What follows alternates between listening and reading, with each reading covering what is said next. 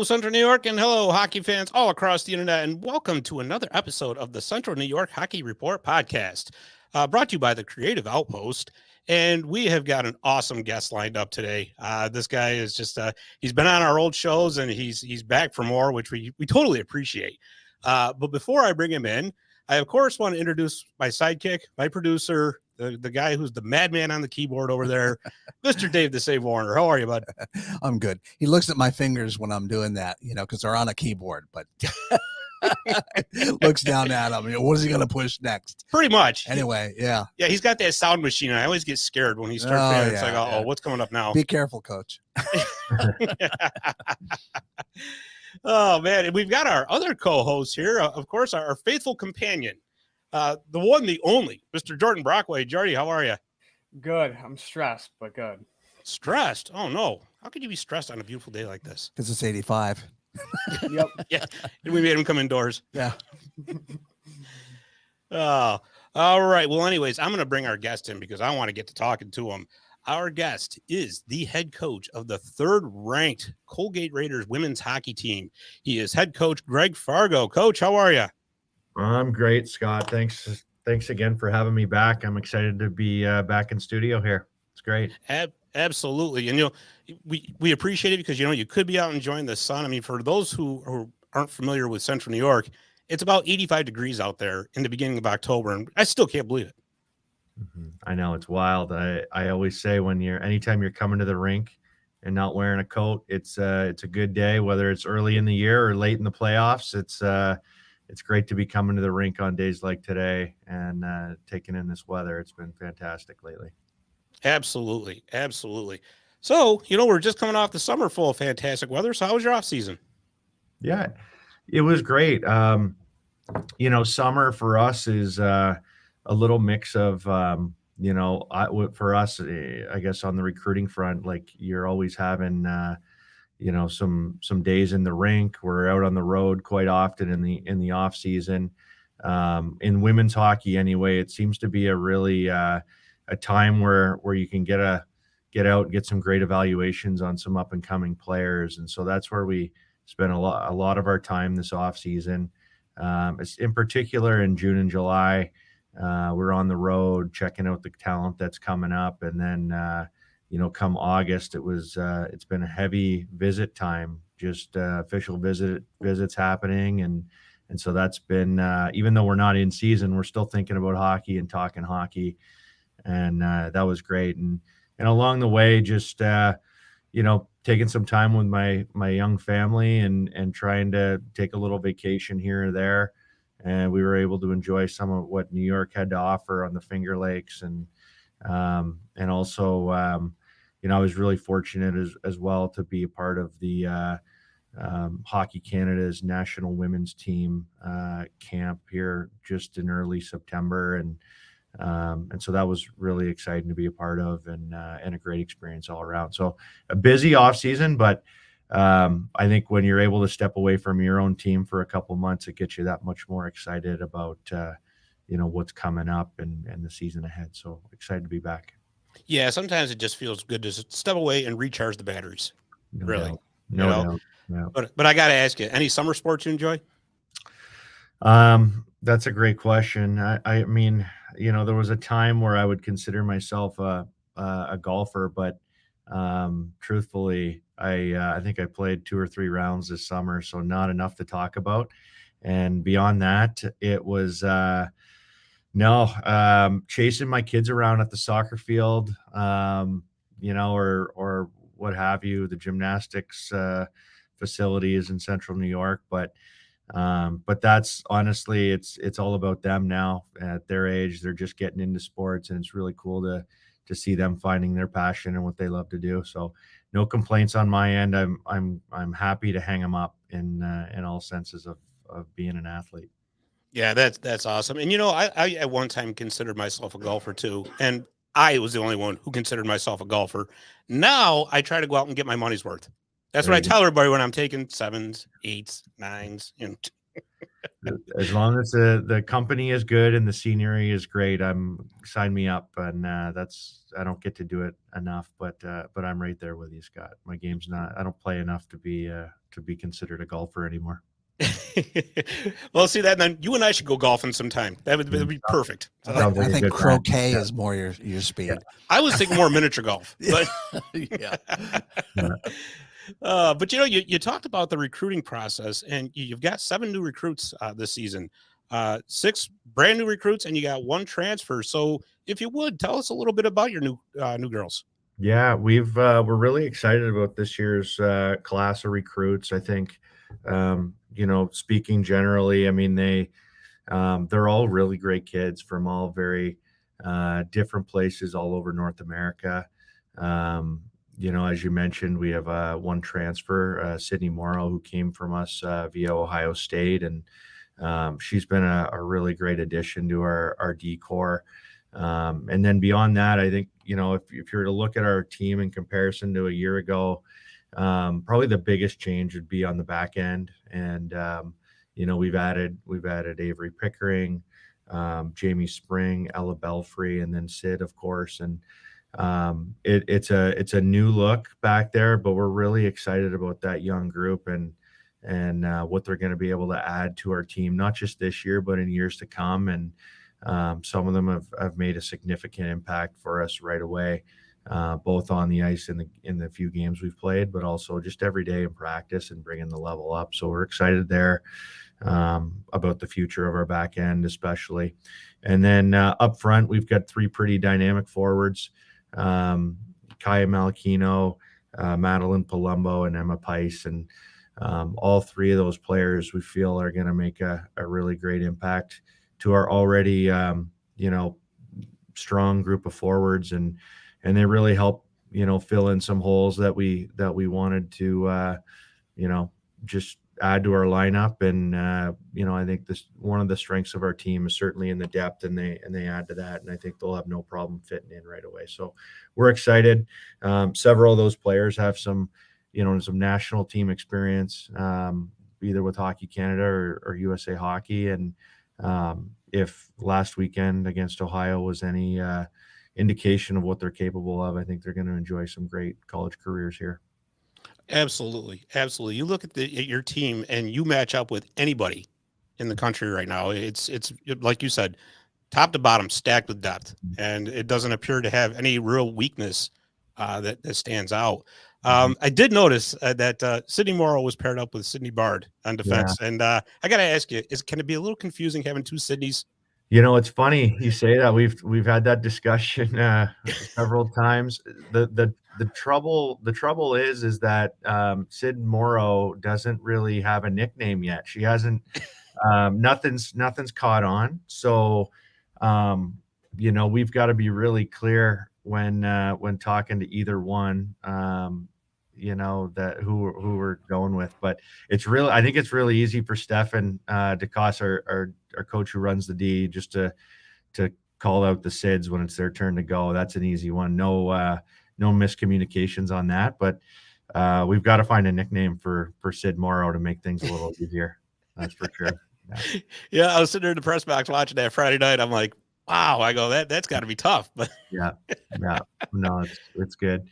But no, they like Sid Morrow spent some time in Lake Placid this summer with Allie Simpson and Sid Bard, and all 3 of them were a part of that USA development team, and so they were able to kind of get really well acquainted, and that's been such a seamless transition for Sid Morrow right off the bat, and she's fitting in exceptionally well and plays a style of game that fits our game model really well. So we're excited to have her.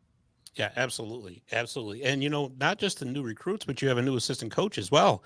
Brianne Wilson Bennett has come back to the program. She skated for Colgate from 2014 to 2018. How big is it to have somebody like her back in the fold? Yeah, it's she's been incredible. In her short time here, we were able to add Brie to our staff, and I think to bring someone in who's fresh out of playing, she just played last year for the Toronto Six and the PHF and won a championship with them. And She brings a different perspective perhaps than the three of us that are returning, and we love that. And then, to bring someone in that's, that bleeds maroon, came to Colgate, when we didn't have a track record of winning games, and single-handedly not single-handedly, but helped turn their program around for the better, and has her fingerprints all over our program. We're really excited about Brienne's return. I mean, she can speak to our current players in a different way than we can, and certainly paint a great picture for what Colgate is, and both on the ice and in our program, but especially like what it's like to be a student athlete here at Colgate, and speak to some future recruits and their families, and paint a different picture perhaps than Steph and Chelsea and I can. And she's come in, she's got lots of coaching experience in her short career post playing, and she has fit in exceptionally well, and we're thrilled to have her. I know she's going to have a crazy good impact on everybody in and around our program. Yeah, absolutely. And well, of course, 2018, your Raiders made it to the national championship game, and she was a captain of that team. So that's got to be awesome to have her in that experience. Yeah, it's a really neat story. I mean, when you walk around the rink, you see Brienne's picture all over, and there's some highlight goals that she scored throughout her career, but none bigger than the game she had in the Final Four against Wisconsin. She had a hat trick that game, and sent us on to the national final for the first time ever. And that was coming off a week where she was pretty badly injured, but found a way to make a really significant impact in probably the biggest game of her career. And she's everything you want as a coach. She was everything you wanted in a player, and now to have her right there alongside us, I can't say enough about Brienne, who she is, and like her character, and what she's going to be doing for our program now moving forward, just in a different capacity. Yeah, absolutely. Yeah. And it's always amazing how hockey players just find a way to play, no matter what. It's incredible. It really is. Yeah. But let's talk about this season. So, Coach, you've said several times in the past that you like to have a lot of competition early. Yeah. Well, my friend, you got your wish this season. So you opened up against number 2 Ohio State. You split those 2 games down there at the Class of 1965 arena. The first game was an absolute thriller with Emma Pice scoring. I think it was like 40 seconds left in the third period. And then you lost 3-2 in overtime the second game. Just some impressions from that series.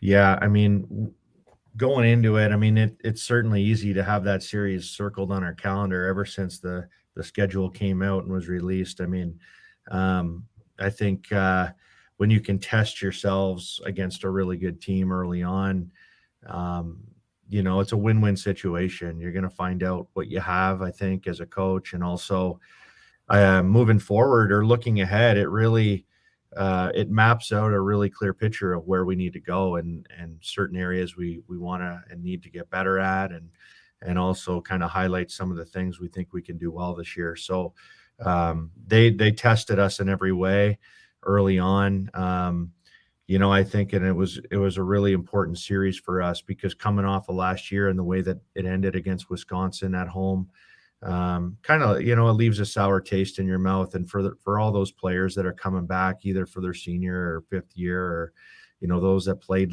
a year ago and got to experience that Wisconsin game, I think, playing these games against Ohio was a really important measuring stick for us in terms of, what this path can be like for our group. So I was excited about the opportunity to play them. We all were.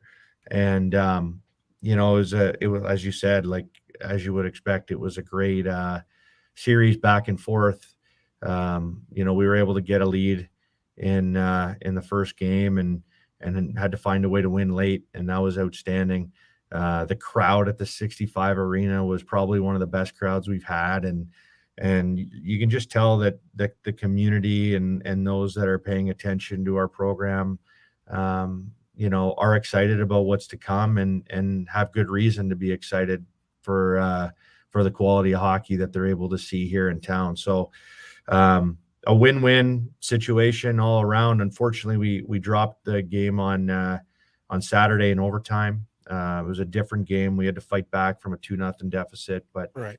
really proud of our group, especially against a quality opponent, to find a way to fight back in the third period there and take it to overtime. We've got to work on our 3-on-3 play a little bit in OT, but that's on me, and we can shore that up. But as I said, you play those tough games early on, and I think it really sets a really clear roadmap for your team for the rest of the year. And so we've got to just take what we've learned and keep moving forward. But it was a great way to start the year.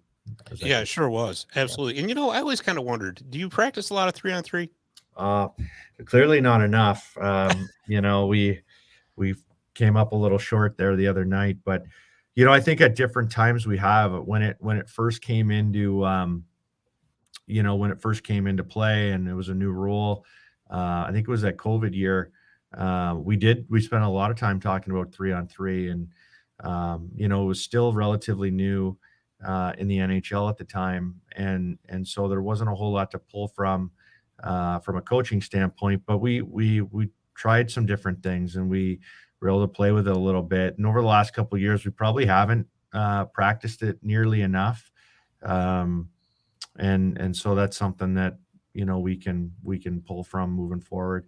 It's kind of like your 4-on-3 power play, or Sure. your 3v5 PK. Like they aren't things that are top of mind every week, and usually you're just so focused on getting ready for that next opponent. So from a coaching standpoint, I've got to be a little bit more diligent and chipping away at some of those things like 3-on-3 and different power play special team situations.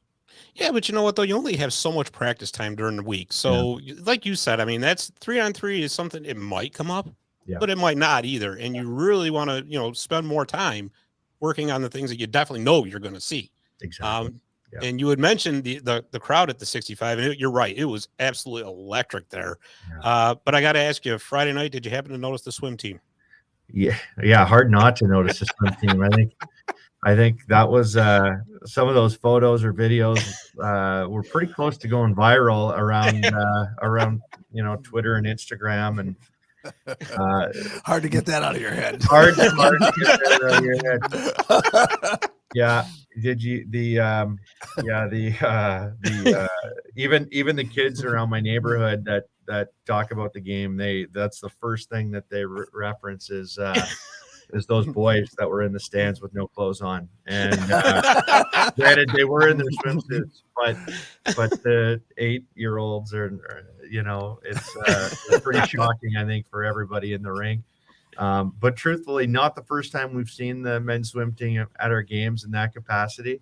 They've been coming to our games that way, for years, for some of the bigger games, and man, it gets a rise out of people, and we just appreciate all their support, but all the support that we had last weekend. It was great. We were able to, drop our banners from last year's championship team and celebrate that, but just to be able to kind of share that experience of playing a good team like Ohio with our community is something that means a whole lot to me. And I think when we look back at that kind of a series, years from now, there's going to be several people that were on the ice playing, in that game that have gone on to do great things, whether it's in pro hockey or with their national teams. And it'll be neat to look back and see how many of those names, either in Ohio State jerseys or Colgate jerseys, are now moved on to some big things beyond college hockey. Oh, absolutely. No doubt about it. So this weekend, the competition continues to be tough as you got number 11 Penn State coming into town. Just some thoughts real quick on the Nittany Lions. Yeah. We played them last year down at Pagula Arena, and we had a really tight series. We ended up winning both games on the road, but they were great games. They were very much back and forth games. We had to score late, I think, in both of them in order to pull away with wins. But those were crucial wins, actually, in the whole scheme of, or the whole picture of our year. And so we'd expect a really tough series again. I think that experience, those that are coming back know how hard it was. Penn State is a team that they're really well coached. They have really good structure. There's a plan there, and they're a strong physical team. They make it really hard on you, and very similar to Ohio State, we're going to expect a physical game against the Nittany Lions this weekend. And there's some areas I think we've learned from the last weekend we want to get better at, but just aware of a couple of their players. They've got Tessa Janecki's a really good player for them, who is on the national team, and they've got a pretty strong goaltender back there, and a defenseman that we know a lot about, Maggie McEachern, who is at Penn State for a 5th year. So excited to see Maggie, but expecting a really tough series against Penn State, who will certainly be fired up to come here and play. Yeah, absolutely. And just taking a look ahead at the rest of the schedule, it's not an easy schedule at all. You're going to number 6 Minnesota Duluth in November. You got the Battle at the Berg, the tournament in Pittsburgh. That's pretty interesting. I know you guys played there a few years ago. How did that come back about? Yeah, there's Kathy Pippi is the name of a lady who organizes a lot of different events for both youth girls events, but also what she does a lot of times is she'll surround those youth events with college games so that the younger players get a chance to see otherwise games that maybe they would never get a chance to see, college level players on the ice. And so she's able to combine both of those two. We've been to Pittsburgh in years past. We were in Nashville just a couple of years ago, and so the opportunity to go back to Pittsburgh kind of came up. And I think anytime you can do something a little different, play in a tournament like that, and have a chance to play teams that we don't get to see on a regular basis, you try and take advantage of it and enjoy some of those different experiences. And we've been fortunate to enjoy some really good ones, anytime we've played in those tournaments. So we jump back on board, and we're excited to go back to Pittsburgh. It should be fun. Yeah, and that's you're playing right where the Penguins play, correct? The PPG Paints Arena. Actually, we're going to be playing at their practice facility. Okay. But it's a neat facility. They've got a couple of rinks there. It's first class, and I think a couple of years ago we were able to see the Penguins on the ice, or at least a few of their players. So that'll be fun and exciting. Hopefully we can run into Sid and Gino and a couple of the guys. That would be absolutely awesome. Yeah, it really would. And Sid Crosby is great with just the hockey world in general. No doubt. Such a gentleman. No doubt. And just looking at the rest of the ECAC conference, what a gauntlet. I mean, you got 5 teams, including yourselves, in the top 10 right now. Never an easy game in the ECAC.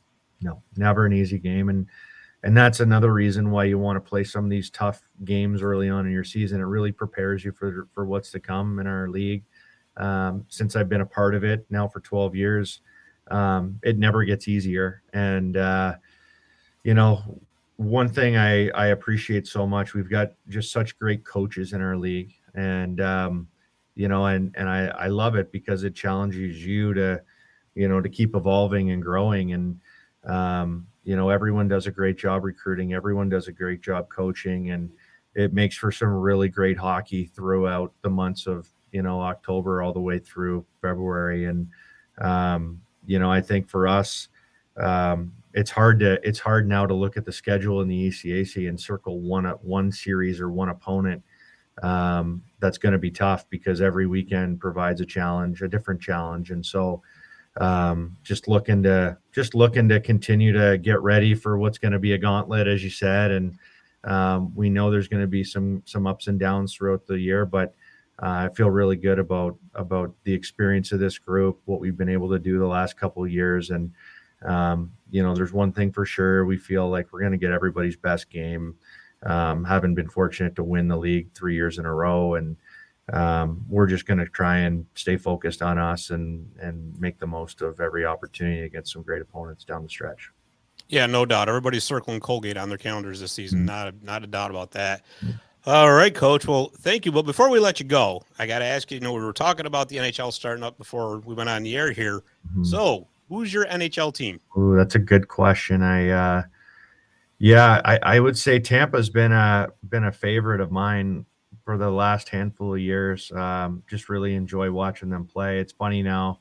I never really grew up with one team that I adored. But now from a coaching perspective, you really try to pick up different things that different teams and coaches do. And I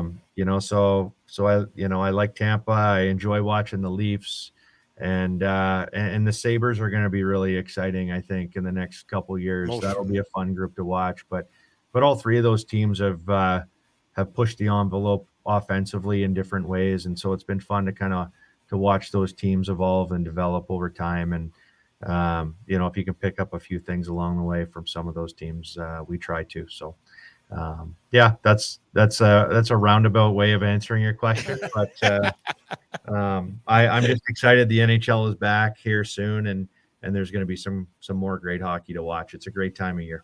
Yeah, absolutely. And you know what? You got Tampa Bay's AHL team right up the road from you, Right. Syracuse Crunch. So Right. Very cool. Yeah. All right, Coach. Well, thank you very much for taking the time to come on and talk to us. We, as always, really appreciate it. And I will be down to the 65 this weekend to cover the game. So hopefully I'll see you down there. Amazing. Look forward to seeing you. Thanks for having me, guys, and best of luck. All right, you too, Coach. Thank you. Yeah, bye-bye. See you, Coach. Bye-bye. All right, that was Coach Greg Fargo, number 3 Colgate. I tell you, he's always an awesome interview. Yeah. I love having him on. So, Jordy, I tell you, this is what we'll do. I need to take a break because I got to get some water. We've been doing a lot of talking here. We'll take a break, and when we come back, we're going to talk about the weekend coming up because I'll tell you, hockey is back in Central New York, and we're starting to hit full swing. So we're going to have a lot to talk about when we get back. Visit My Little Falls and stay connected with the latest news, information, and events in the city and the area. Our mission is to generate interest in the community and connect residents in a more meaningful way by facilitating deeper conversations about how these stories will shape the future of the Mohawk Valley. Join thousands of weekly visitors who stay up to date with feature stories, interviews, videos, our event calendar, and print publication, The Mohawk Valley Express. It's about timely local news for the community, keeping citizens informed about important issues, telling about the people who live and work here, and giving locally owned businesses the opportunity to reach a very targeted audience of locals and tourists alike. It's a whole new form of media-rich content developed specifically for today's mobile lifestyle and listeners. You can download our iOS app in the iTunes Store, listen to our podcast, or sign up for our weekly email newsletter. Stop by today. You'll be glad you did.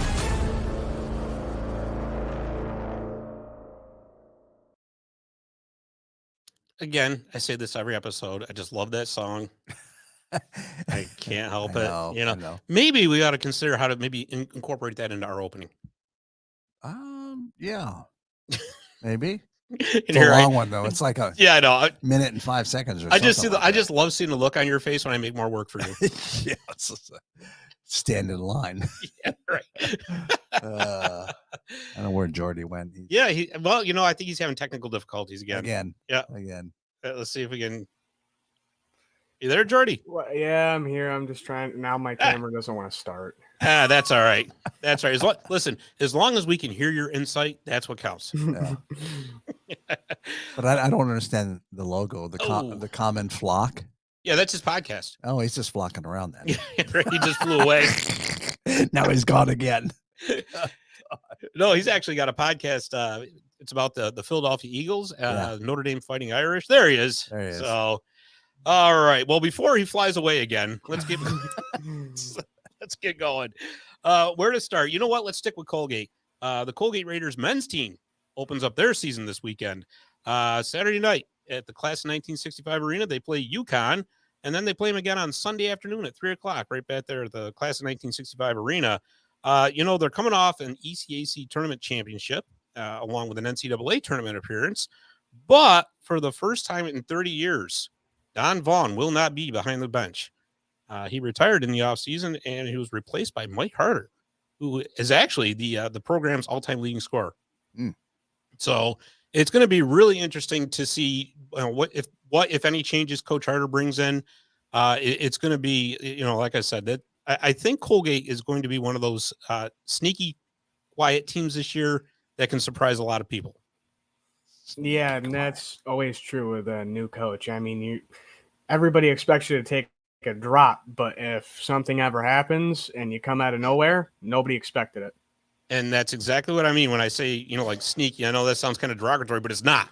What I'm meaning is, everybody's saying, well, Coach Vaughn retired, but I'm telling you right now, I think Coach Harder is going to bring a lot of pizzazz to this offense. And I think it's going to be a very exciting team to watch that, maybe people don't have on the radar right now, but I'll tell you what, by the middle of the season, towards the end of the season, could be looking at another Colgate Raiders good run through the ECAC. So we'll see. We'll see what happens. But if you can, get down to those games this weekend because it is exciting hockey no matter what. Yeah, always. All right. And speaking of Central New York hockey, the Syracuse Orange women's team, they opened up their season last weekend by defeating Post twice. They're 2-0. They were pretty dominant in both games, actually. And for their efforts, 2 Orange were actually named to CHA, that's the conference they play in, Players of the Week. So goalie Allie Kelly was named the CHA Goaltender of the Week.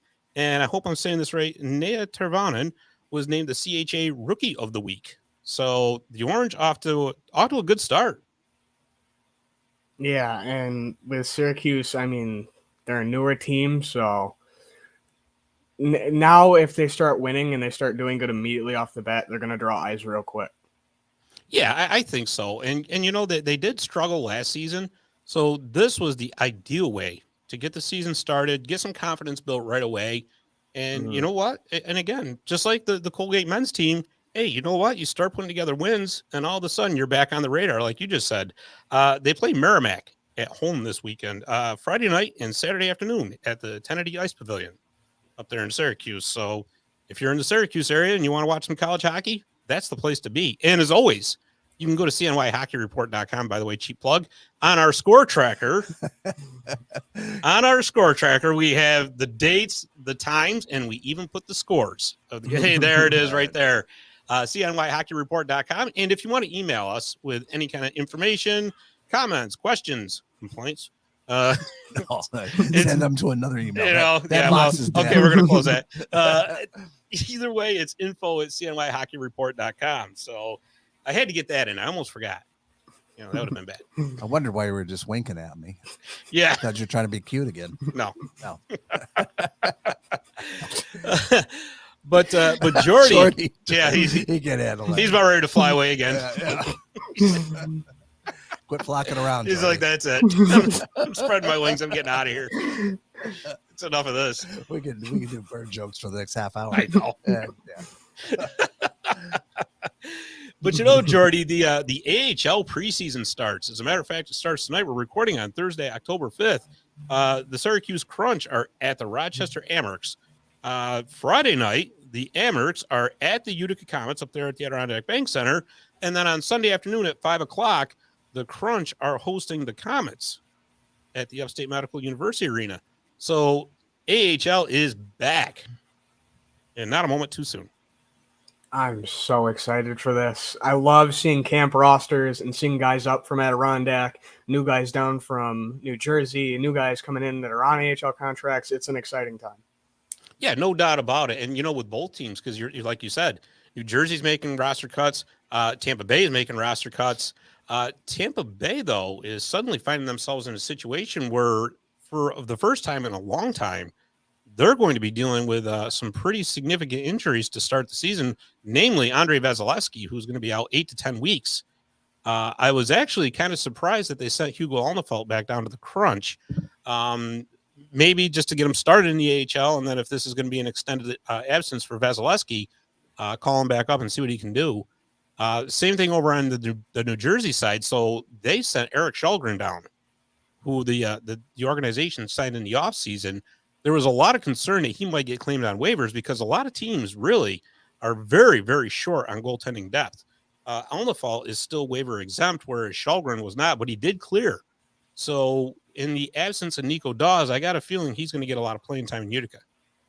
Yeah, I mean, at the end of the day, it's going to be a goalie battle, but he's the favorite by far because you see what he did against Utica with Toronto. You see what he did throughout the season. He played well, and this is barring any breakouts from Tyler Brennan. Right. That's true. But I mean, Shelgren was especially excellent against the Comets in their semifinal series last year on the Calder Cup playoffs. But yeah, this is the fun time of year where you see, okay, this person's on waivers. Is he going to make it through? It's like that. What's that tick tock, tick tock, tick tock? You know how the Sands of Time music. Oh, okay, yes. You know what I mean? Sounds Waiting like, because you got to wait 24 hours. sounds like a soap opera, Days of Our Lives. Yes, that's Like what I was Days thinking of right Our there. Lives. Yeah. That's It's been exactly like what I was 30 thinking. years since I've seen that show. And the people still look the same. Well, you know what though? Well, you DVR it, right? I'll VHS it. Oh, okay. Yeah, well, even yeah. better. Yeah, 30 Yeah, years. set the So timer on the VCR. Yeah. Remember when you used to do that? Yeah. And then you'd always screw up and put the wrong time in. Yeah. And you'd have those midnight commercials that are meaningless for hours on end on the tape. Yeah. Those. It's like, what the hell is it? What am I watching? Yeah, exactly. But yeah, I mean, like I said, with the preseason being back, it's just fantastic. It's so exciting. The regular season for both the Crunch and the Comets open October 13th against each other. That's in Utica. So next week, we're going to have two shows. We're going to make a lot of work for Dave here. We're going to make a lot of work for Dave. We're going to have, of course, a Utica Comets preview show. And we're also going to have a Syracuse Crunch preview show. I can tell you for the Crunch show that we do have a couple special guests coming on, actually. Syracuse Crunch owner Howard Dahlgren is coming on. And we're also going to have a special co-host to help us out that day. Alex Ackerman from the Syracuse Speaks podcast is going to come on. So we're going to have a big spectacular. So it's going to be a lot of fun. But yeah, like I said, with the start of the season, hope springs anew. Hope springs anew, even if it's for a good 5 seconds. Well, hey, listen, just from a Comets point of view, I just hope they can keep the lights on Friday night. That's yeah. I made the joke. Dave's got to show off his trophy over here. Yeah, there he is. There it is. I made the joke to somebody. I said, you notice he puts it right in front of my face. What's that, Jordy? I'm sorry. I was too busy busting Dave's chops. Trying to improve his image. I was saying to somebody, as long as the lights don't go out again, we're fine. Well, if it does go out again, it was staged. Yeah. This time we'll know. Yeah. Too much fun. And speaking of the Comets, Jordy, the Utica Junior Comets season is underway. And I'll tell you something, the NCDC and the Premier teams are doing awesome so far. The NCDC team is 3-0 and the Premier team is 4-0. Yeah, they're both coming out strong. And I didn't expect them both to be undefeated this fast. Yeah, they look great. They both teams look fantastic. Yeah, and with that, you never truly know because of how much it changes year to year, but this could be a strong year. Right. Sure, absolutely. They don't come home until, October 20th. I think it's the same day that the Utica Pioneers men's team opens up their exhibition season when they take on the United States Development Team there, the U18s. But they'll be playing at the Adirondack Bank Center too. So if you want to come out and check out some USPHL hockey, October 20th is and they're playing the 21st too. Actually, another cheap plug. We do have the Utica Junior Comets on the CNYHockeyReport.com score tracker. There it is. All you got to do is click on that, and there it is. Yeah. You will know for sure the dates, the times, and when they go final, the scores. So super cool. Jordy, any final thoughts going into this weekend? Not much, other than I'm counting down the days for UC men's hockey. Yeah, a couple weeks now, right? Yeah, 15 days and a handful of hours. But who's counting? Yeah. Yeah, right. I got a different clock running. Oh, boy. We don't want to know. Yeah. We don't want to know. All right. So on that note, why don't we wrap this thing up? Because I don't know, Dave's clock might get screwed up if we don't. Yeah. So once again, I want to thank Greg Fargo for coming on the show. He was an awesome guest, as he always is. Check out CNYHockeyReport.com every day for your updated Central New York hockey news. And of course, check us out on the socials. You can find us on Facebook, X, Instagram, Blue Sky, YouTube, Apple, Spotify, all over the place. You can find us. So for Jordan Brockway, for Dave the Save Warner, I'm Scott Kimball. Thanks for listening, and we will see you next week.